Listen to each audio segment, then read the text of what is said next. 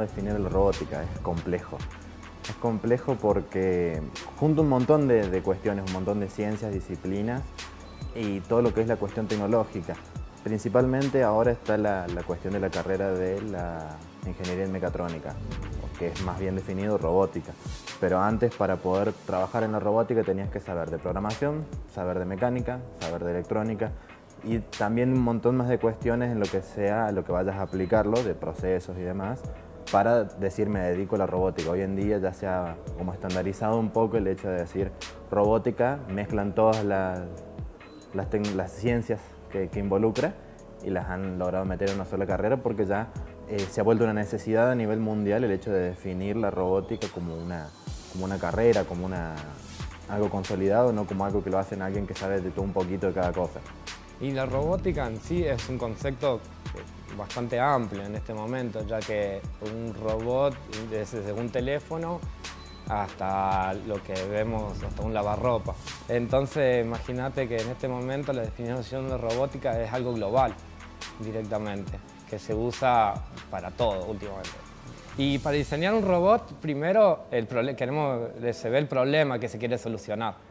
Una vez que se enfoca el problema, vemos las herramientas que tenemos para solucionarlo. Así yo lo veo principalmente cuando me encuentro con alguna dificultad o algún trabajo, creo que es el mejor método. Primero analizar, luego llegar a la ejecución del proyecto, bueno, a medida de los pasos.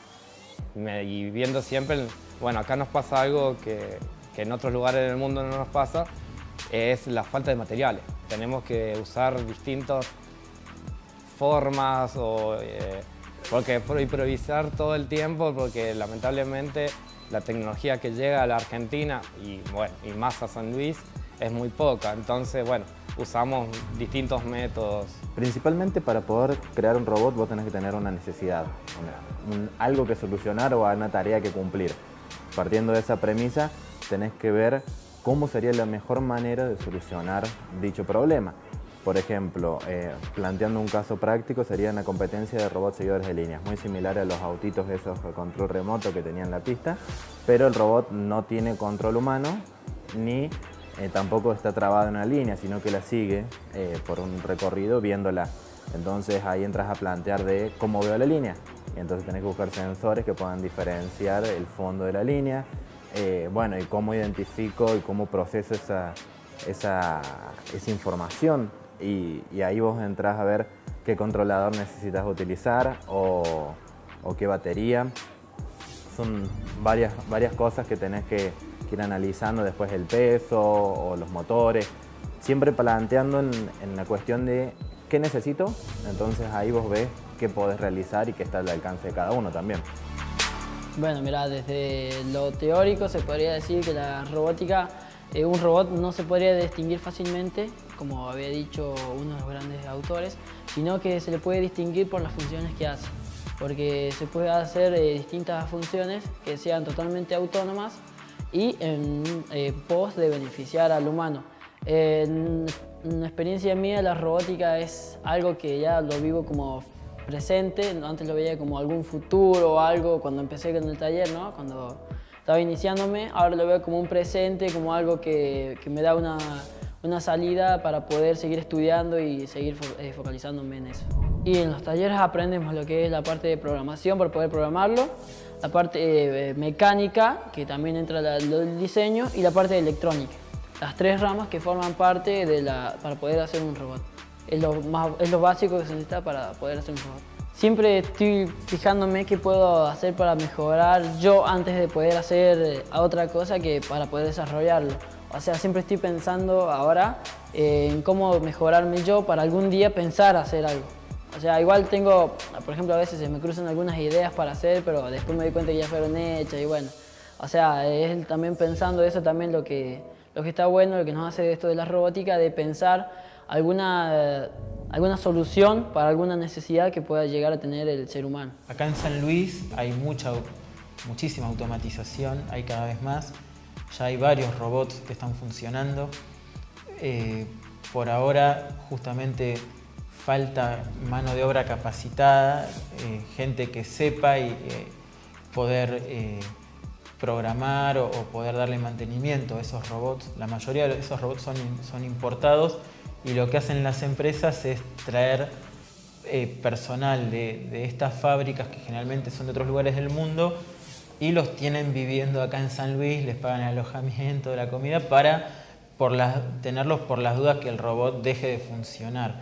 Así es como que está funcionando la industria, los robots de la industria acá en San Luis. Bueno, la tecnología para mí, y incluyendo a la institución, es muy importante. Por ejemplo, en la división que tengo a cargo, tengo la división informática, ¿sí? Que a su vez está delito informático, que en ese caso nosotros tenemos herramientas para lo que es las pericias de las computadoras, las pericias de teléfonos. En la actualidad se están digitalizando las huellas digitales, ¿sí? Creo que la tecnología nos va a ir sirviendo a la fuerza para tener una respuesta más rápida y por ahí encontrar los autores de algún hecho a través de los mínimos indicios tecnológicos que podamos tener, ya sea una base de datos, ya sea de una herramienta fílmica, ¿sí?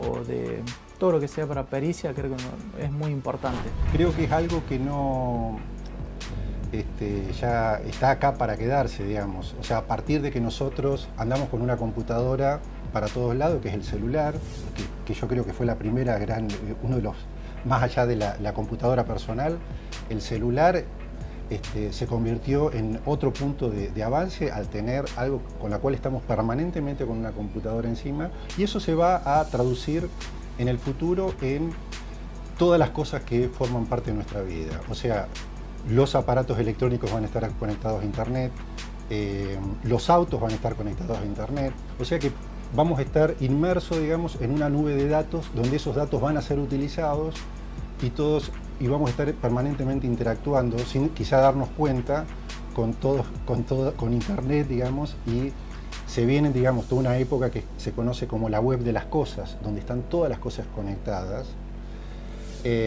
O sea que ya va a formar parte de la vida común de cualquier persona, y los chicos que nacen a partir de ahora ya va a ser lo normal, digamos, ¿no?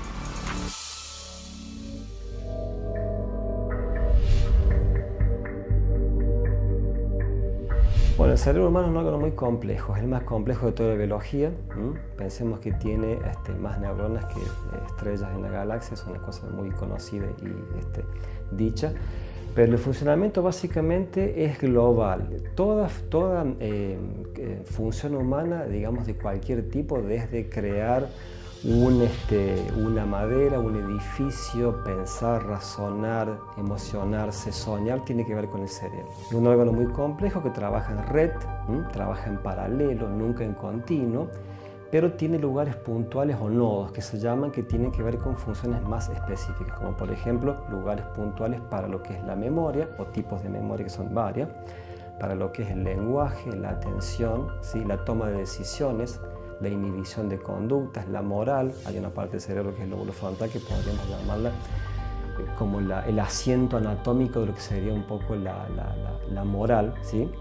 Estructuras que tienen que ver también con la visión, como el lóbulo occipital, etc. Digamos, un órgano dinámico que está totalmente en movimiento continuo, inclusive cuando estamos soñando. Hay una parte inclusive que la gente por ahí quizás no lo sepa, del sueño, que se llama sueño REM, que es cuando soñamos, tenemos imágenes, que el cerebro está igual o más activo que en la vigilia. Y hay otros momentos del sueño en el cual descansamos realmente del todo. Por eso vemos que la función es muy compleja y excede al propio cerebro, digamos, ¿no? Todo lo que tiene que ver con la neurología y la psiquiatría es una ciencia comparada con otras relativamente recientes. Y el fundador fue Jean-Martin Charcot, que ahí hay un cuadro, ese es un cuadro clásico donde está enseñando en el Hospital de la Salpêtrière la histeria. Fíjate que el neurólogo hablando de psiquiatría, que en ese momento ahora es un síndrome conversivo. Y tuvo muchos discípulos. Uno de los discípulos más importantes que tuvo Charcot fue Sigmund Freud.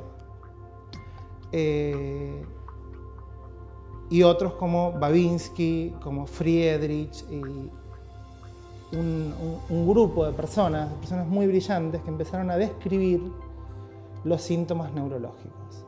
Y desde ese momento se empezó a describir enfermedades como la esclerosis múltiple, enfermedades como el estatus epiléptico, enfermedades como la esclerosis lateral amiotrófica, que son enfermedades que por ahí hay campañas y la gente más o menos conoce de qué se trata. A partir de ahí salió todo un grupo de personas como James Parkinson, que es el que describe la enfermedad de Parkinson, y un montón de investigadores que empezaron a descubrir cómo funcionaba el cerebro a través de la lesión. Es decir, vos tenías un tumor o una ACV, entonces vos sabías que esa zona servía para tal otra. Todo esto, el modelo venía así hasta que llega Wilder Penfield, un canadiense, que lo que empieza a hacer es cirugías con cerebros abiertos, y lo que hace es pone electrodos y empieza a estimular ciertas partes del cerebro y empezó a descubrir más cosas, ¿sí? Lo más famoso que descubre Penfield es el homúnculo, ¿sí? El homúnculo es como una especie de hombre deformado que no existe, pero que está en la superficie del cerebro y que nos indica a los neurólogos y a los que hacemos neurociencias qué parte del cerebro mueve o siente tal parte del cuerpo. Entonces empezó a hablar del modelo irritativo. Penfield estudiaba las epilepsias y es a partir del estudio de las epilepsias que pudo hacer todos estos descubrimientos, descubriendo cosas que se conocían como áreas de asociación, que era lo que con la lesión aparentemente no se producía en ninguna clínica, y empezó a descubrir que tenían funciones esas áreas de asociación, ¿sí? Imágenes complejas, integración de imágenes, y gracias a la epilepsia, porque la epilepsia más frecuente que tenemos es la epilepsia del lóbulo temporal, se empezó a estudiar el hipocampo. El hipocampo es un órgano muy importante, es un órgano que se encuentra en la parte interna del lóbulo temporal del cerebro y que es el encargado básicamente de generar y archivar las memorias.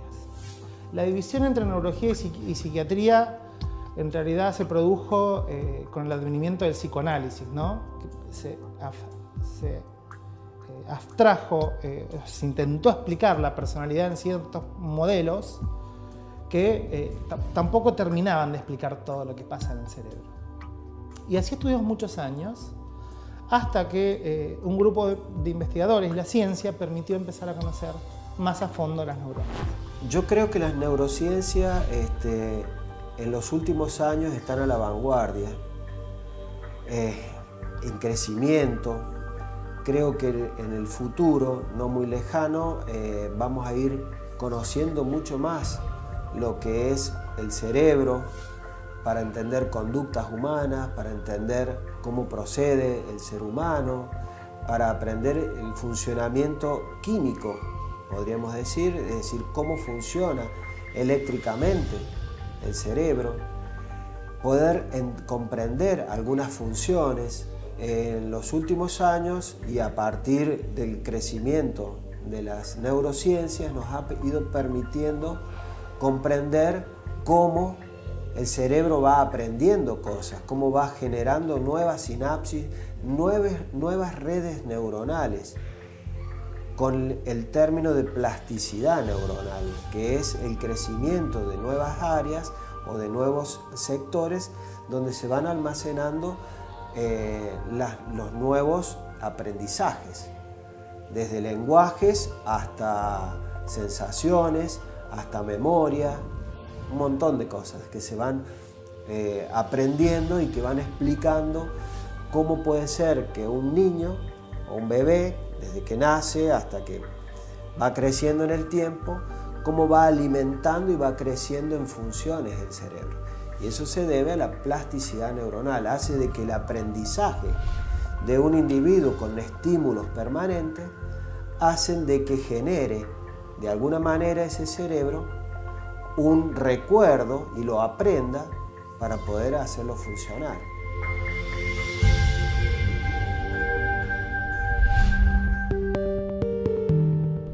Trabajo en el nivel secundario. Y el adolescente, si es por las chicas y lo que ellas piden, sí, ¿no? Ellas manifiestan que su rendimiento académico sería mejor, que les iría mejor si, qué sé yo, entran más tarde y salen más temprano. O sea, la idea es reducir el horario de cursada.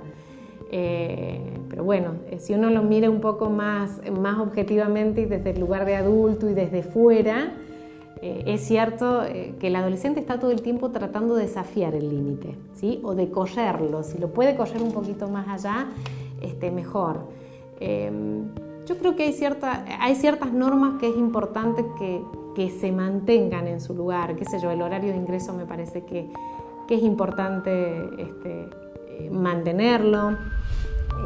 El horario de cursada dentro de la institución también es importante. O sea, no podés acceder a todo pedido que los chicos hacen, ¿sí? Porque es lo que ellos tratan todo el tiempo de mover de lugar, es el límite.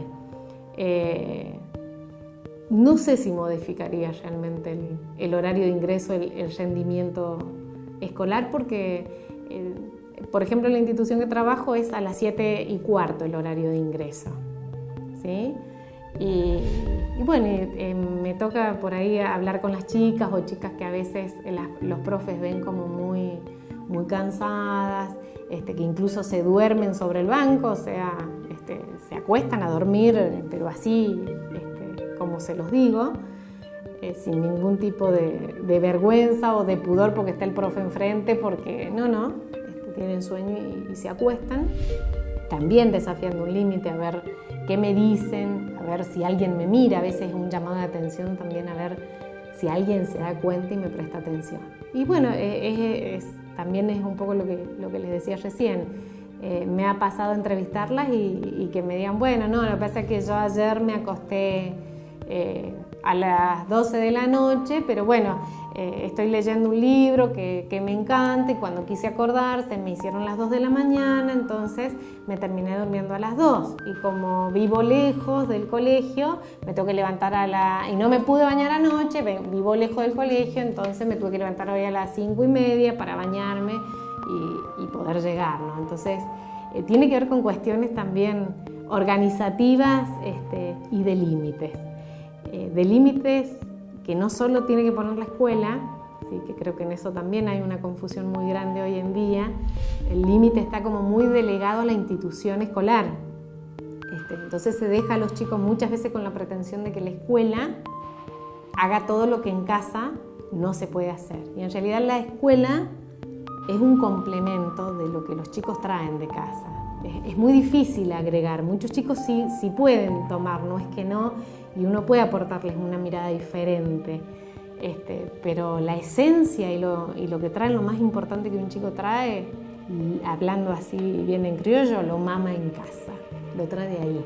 Uno puede complementar eso. Entonces, creo que hay un problema de normativas. Nuestra institución es una escuela tradicional, la enseñanza es tradicional y estamos innovando de a poco en pequeñas cosas, trabajando con los alumnos, haciendo adaptaciones curriculares, formando grupos de acuerdo a la facilidad que tenga, a las capacidades de cada uno. La innovación es de a poco, es más tradicional la escuela y a nosotros no funciona porque, por ejemplo, en las evaluaciones de aprender, los chicos sacaron el 75% en lengua y el 69% en matemática, que el promedio es más alto que lo que sacó el país y lo que sacó la provincia.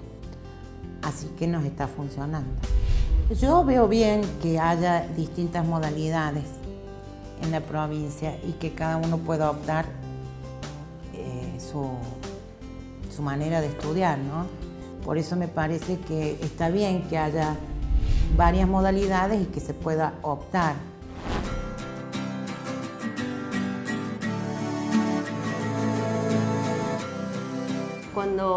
Haciendo referencia a esta escuela generativa en particular, cuando hablamos de innovación, bueno, no solamente hacemos referencia al espacio, que de por sí es innovador, ¿no es cierto?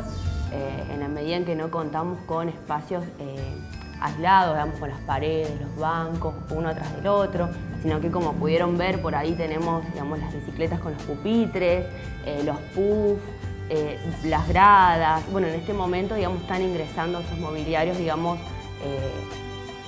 que serían unas mesas, digamos, para trabajar más cooperativamente, ¿no? Y que los compañeros, digamos, puedan ayudarse y verse las caras, ¿no? Esto de no estar mirándole la espalda al otro. Educación innovadora por cómo nosotros nos manejamos en el sentido porque son todas las materias relacionadas con todo. Más allá que la escuela se basa en el bachillerato de educación física, todas las coordinadoras tenemos siempre un eje en la que buscamos un conocimiento general y a medida de ese conocimiento, más allá de un conocimiento o un interés que le cause al chico, siempre los basamos siempre en los mismos contenidos y tratamos que todos nos llevemos por el mismo, porque vaya todo por el mismo lado, ¿no? Otra de las cuestiones es que el coordinador no es, digamos, el que transmite el conocimiento, sino más bien el que orienta o el que trata de mediar.